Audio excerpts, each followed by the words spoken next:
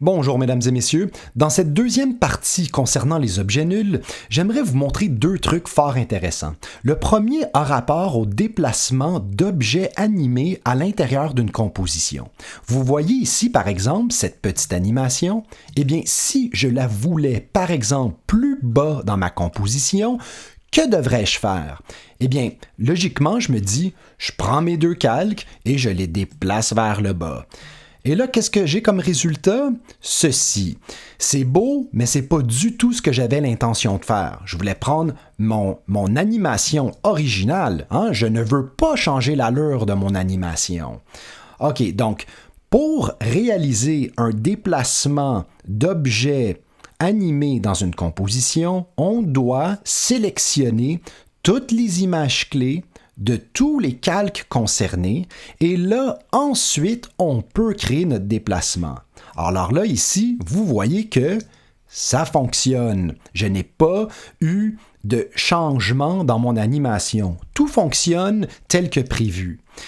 Mais là, on travaille avec une animation super simple. Imaginez que vous êtes dans une situation dans laquelle vous avez plusieurs propriétés de transformer et que vous avez une animation qui dure plus que 10 frames. Ben, je vous le dis là, sélectionnez toutes les images clés de plein de propriétés sur plein de calques sur la longueur de la ligne de temps.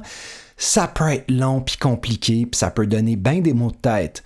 Fait que pour simplifier le tout, voici ce que je vous propose. Okay? Premièrement, on se crée un calque d'objets nuls. Deuxièmement, on lie les calques concernés à cet objet nul. Troisièmement, eh bien, on déplace l'objet nul. Et voilà, c'est terminé, mesdames et messieurs. On a terminé le travail. Vous voyez là, je peux mettre mon animation n'importe où à l'intérieur de ma composition et ça fonctionne toujours comme je veux.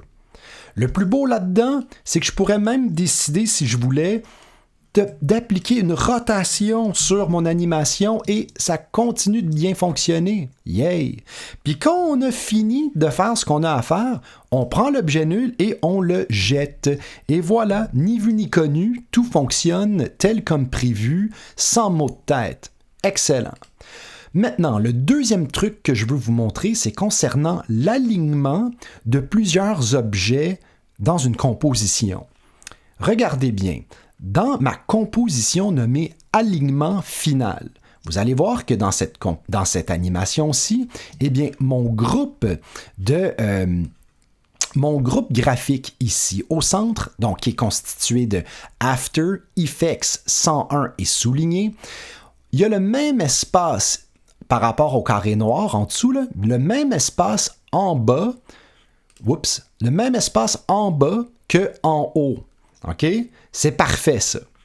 Dans ma composition nommée alignement à faire, eh bien, on se rend compte que l'espace ici en bas est beaucoup plus petit que l'espace en haut.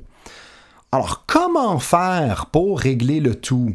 Eh bien, logiquement, encore une fois, j'aurais le goût de dire, on prend tous ces éléments-là et on clique sur le bouton « Aligner verticalement », ça devrait fonctionner. Donc, je vais prendre mon 101, mon masque de mon mot effet, mon mot after et le souligner. OK? Donc, tout ce que j'ai besoin, tout ce que je veux centrer par rapport à mon carré, c'est tout souligné. En fait, c'est tout, sélectionné. Et là, maintenant, si je clique sur le bouton « Aligner verticalement », ça me donne ça. Tout s'est aligné par rapport à la composition, les uns par rapport aux autres, puis ça ne marche pas en tout comme je veux. Alors, voici la solution. Okay? Puis ça, on le sait, là, dans Illustrator, c'est facile. La solution dans Illustrator, c'est de prendre tous ces éléments-là, les grouper, ensuite aligner le groupe, puis du moment que c'est aligné, on dégroupe, puis c'est fini. Mais on ne peut pas grouper dans After Effects. La seule manière de faire ça, c'est de créer des précompositions. Puis si on n'a pas le goût de créer des précompositions, on est comme foutu un peu, là. Mais non, n'ayez crainte, voici le truc. Et là, je ne vais pas utiliser d'objet nul comme j'ai fait dans la composition des placements. Je vais plutôt utiliser un rectangle que je vais employer comme un objet nul. OK, regardez bien. Alors, tout le monde, on fait un zoom sur les éléments qu'on a le goût d'aligner. OK? Moi, je le sais là, que verticalement parlant, là, c'est ça que je vais aligner. C'est After et le souligné. OK? Tout ce qui est After Effects 101 souligné, là, tout est à l'intérieur de cette zone-ci, OK, verticalement. Fait que moi, on va commencer par donc dessiner à l'aide d'un rectangle, tout simplement, la hauteur de ça. All right. Donc ici, donc je vais prendre mon ça comme ça, excusez-moi, je vais mettre mon point d'ancrage ici pour l'instant, simplement pour me permettre de mieux changer la taille de mon rectangle. Le tout est fait, on aime ça. Donc là, ici, comme on peut voir, donc mon rectangle est à peu de choses près, là, la même taille que la hauteur de mes éléments graphiques. Super. OK, là maintenant, il me reste juste une étape à faire. OK, donc allons-y. On va prendre, OK, tous les éléments. Puis avant d'aller plus loin, en fait, c'est que je vais nommer mon rectangle ici, là. Je vais l'appeler aligneur. Puis oui, vous pouvez rire de moi. On peut bien nommer les choses comme on veut. Aligneur, moi, ça me le dit. Là. Pour le vrai, en anglais, moi, j'aurais écrit spacer, là, mais on est dans un cours en français, donc j'écris aligneur. Mais dans la vraie vie, j'écris spacer.